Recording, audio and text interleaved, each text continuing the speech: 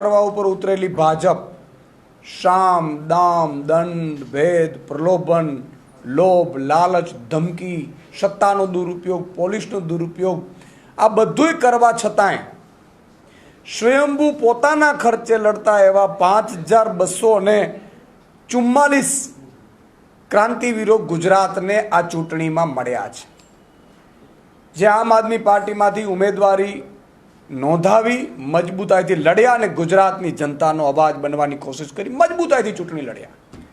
હું તમામને લાખ અભિનંદન પાઠવું છું કે ભાજપની આટલી બધી તાનાશાહી, ગુંડાગર્દી, મિસઇન્ફોર્મેશન વાયરલ કરવી, 150-200થી વધુ કાર્યકર્તાઓ આગેવાનોને જેલમાં નાખી દેવા, FIRઓ કરવી, એની વચ્ચે આ મર્દના ફાડિયાઓ જે 5244 છે એ ગુજરાતની જનતા માટે નવા લડવૈયા તૈયાર થઈ ચૂક્યા છે, સાબિત થાય છે. મિત્રો, આનાથી મોટી વાત આ ચૂંટણીમાં એ થઈ, સ્થાનિક સ્વરાજ્યની ચૂંટણીમાં આમ આદમી પાર્ટી એનો સંગઠન અને એના કાર્યકર્તાઓના કારણે આજે ખૂબ સારા પરિણામો જનતાએ આપ્યા છે ને. આ જનતાની જીત છે. આમ આદમી પાર્ટી મેં પહેલાં પણ કહ્યું હતું કે માત્ર નિમિત્ત બની છે. ગુજરાતની જનતાની આ જીત છે અને ગુજરાતની જનતાએ ખૂબ બહોળો અમારા ઉપર વિશ્વાસ મૂક્યો છે. તાલુકાની સીટો, જિલ્લાની સીટો, નગરપાલિકાની સીટો, મહાનગરપાલિકાની સીટો અઢળક આવી છે અને એના કારણે ગુજરાતની જનતામાં આજે એક મેસેજ વયો ગયો છે કે હવે ગુજરાતની જનતાને વિકલ્પ મળી ગયો. આમ આદમી પાર્ટી વિકલ્પ તરીકે ઉભરી આવી છે, મજબૂત વિકલ્પ મળી ગયો. તમે વિચાર કરો, આમ આદમી પાર્ટી 5244 સીટ ઉપર મેદાનમાં હતી અને એમાંથી અત્યાર સુધી અત્યાર સમય સુધી જે મારી પાસે ઇન્ફોર્મેશન આવી છે એમાં 2226ના રિઝલ્ટ ડિક્લેર થયા છે. એમાં બીજેપી 1559 છે, આમ આદમી પાર્ટી 366 સીટો ઉપર જીત મેળવી ચૂકી છે, કોંગ્રેસ 261. એટલે કે અમે જે લડ્યા એમાં સેકન્ડ નંબર ઉપર આમ આદમી પાર્ટીએ મજબૂતાઈથી પરફોર્મ કરી ચૂકી છે, જેમાં તાલુકા પંચાયતની લગભગ 300 જેટલી સીટો જીતી ચૂક્યા છીએ, જિલ્લા પંચાયતની 44 જેટલી સીટો જીતી ચૂક્યા છીએ, નગરપાલિકાની 18થી વધુ અને મહાનગરપાલિકાની લગભગ 6થી વધુ સીટો અત્યાર સુધી જે પરિણામ આવ્યા છે એમાં જીતી ચૂક્યા છે.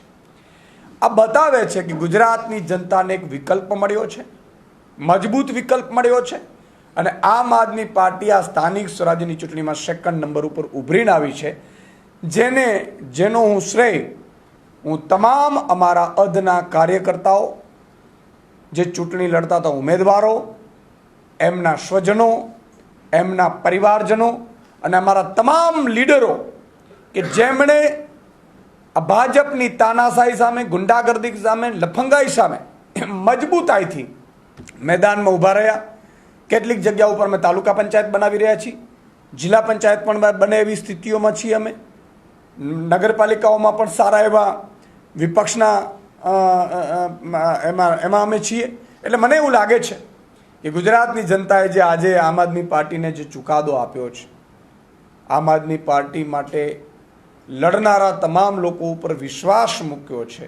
હું ગુજરાતની જનતાને આશ્વાસન આપું છું, જેટલા લોકો જીત્યા છે અને જે લોકોએ એમને જીતાડ્યા છે એમના માટે 5 વર્ષ સુધી અમે તમામ સ્તરે તમારા કામોની વાત હશે, તમારા માટે લડવાની વાત હશે, તમારા હક અને અધિકારોને લડવાની વાત હશે, આ તમામ યોદ્ધાઓ તમારી વચ્ચે રહેશે એની ખાતરી આપીએ છીએ. મિત્રો, અમે રાજનીતિમાં ચૂંટણી આવે, ચૂંટણી લડીએ, ચૂંટણી જીતીએ એ 2 નંબરની વાત છે, પણ અમારા માટે રાજનીતિ એ ગુજરાતની જનતાની સેવા કરવાની છે, ગુજરાતની જનતાના હક અને અધિકારો બરકરાર રહે, લોકતંત્ર બરકરાર રહે, એના માટેની આ ચૂંટણી છે અને એના માટેની આ પાર્ટી છે.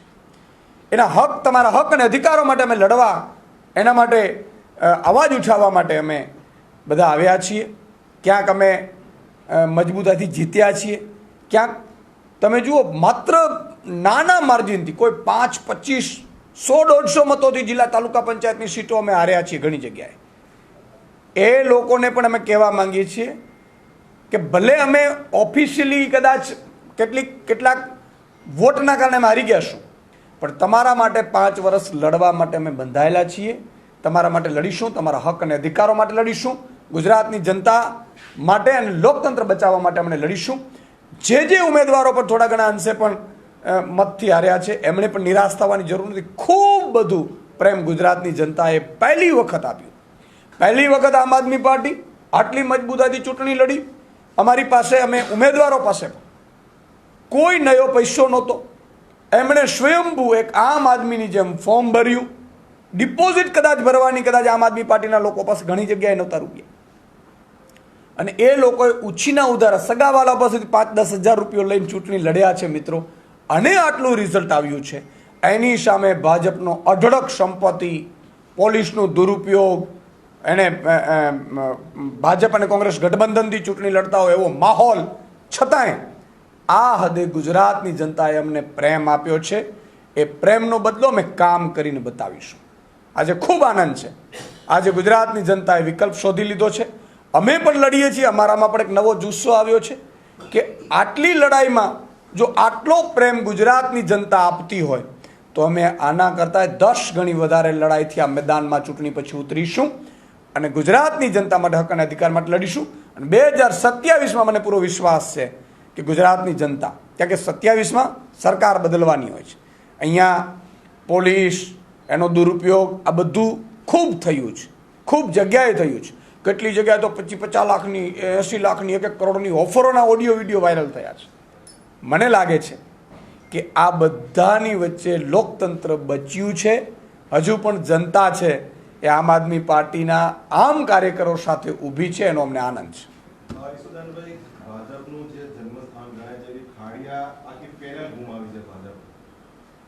મને એવું લાગે છે કે ભાજપ અહંકારમાં આવી ગઈ છે. આ ચૂંટણીઓ ભાજપ નહોતી લડતી. આ ચૂંટણીઓ ઘણી જગ્યાએ અમે અમારા કાર્યકર્તાઓ દ્વારા મેસેજ મળ્યા છે, પોલીસ લડતી હતી. અને એટલા માટે ભાજપને હવે પ્રેમ કરવાવાળા નથી રહ્યા, પણ મેં કીધું એમ ડરાવી, ધમકાવી, લોભ, પ્રલોભન, લાલચો આપી અને થયું છે. અને તમે કહ્યું એમ ખાડિયામાંથી ભાજપ હારી છે. એવી કેટલી જગ્યા છે કે જ્યાં ભાજપના ઉદ્ગમ સ્થાન હતા ત્યાં ભાજપને પછડાટ મળી છે. ભાજપ છે એને એ હવે ટૂંકમાં ડરાવી ધમકાવીને કદાચ હજી એક 6-12 મહિના રાજ કરી લે, બાકી લોકોના દિલમાં હવે ભાજપ નથી એ બહુ સ્પષ્ટ થયું છે.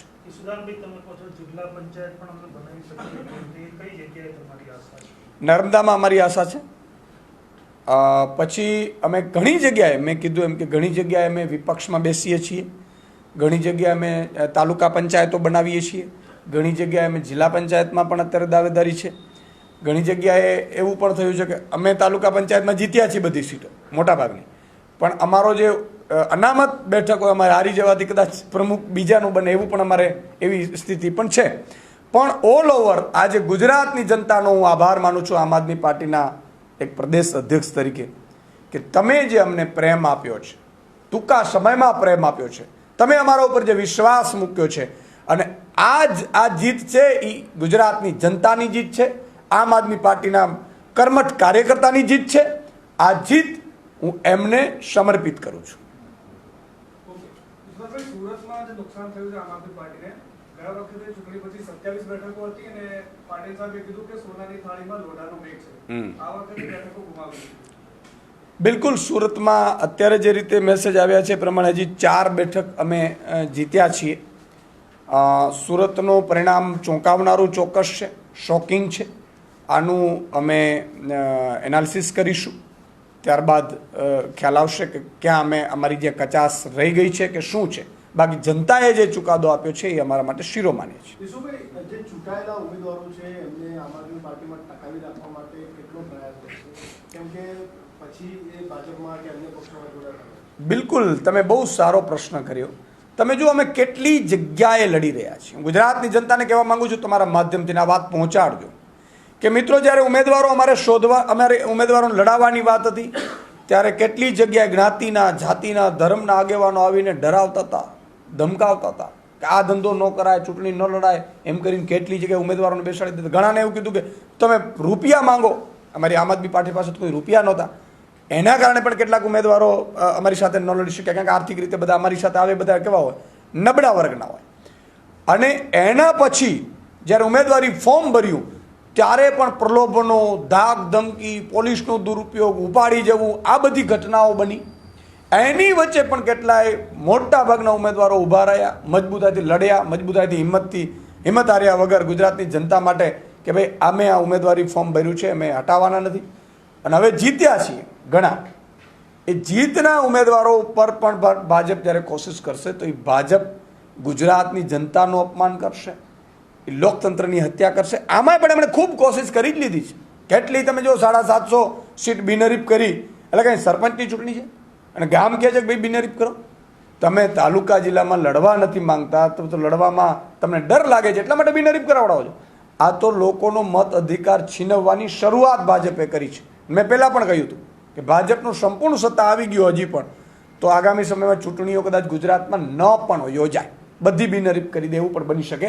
એટલે ઉમેદવારો, આ જે અમારા ઉમેદવારો છે એ ક્રાંતિવીરો છે. ગુજરાતની જનતા માટે લડવા માટે બધાય પરીક્ષાઓ પાસ કરીને જીતેલા ઉમેદવારો છે. મને પૂરો વિશ્વાસ છે કે ગુજરાતની જનતાની સેવા કરશે.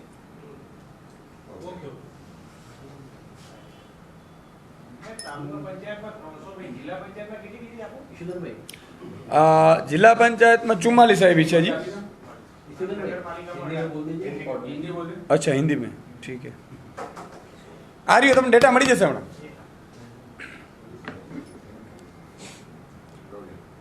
गुजरात की जनता ने आज जिस तरह से अपना फैसला सुनाया, मैं गुजरात की जनता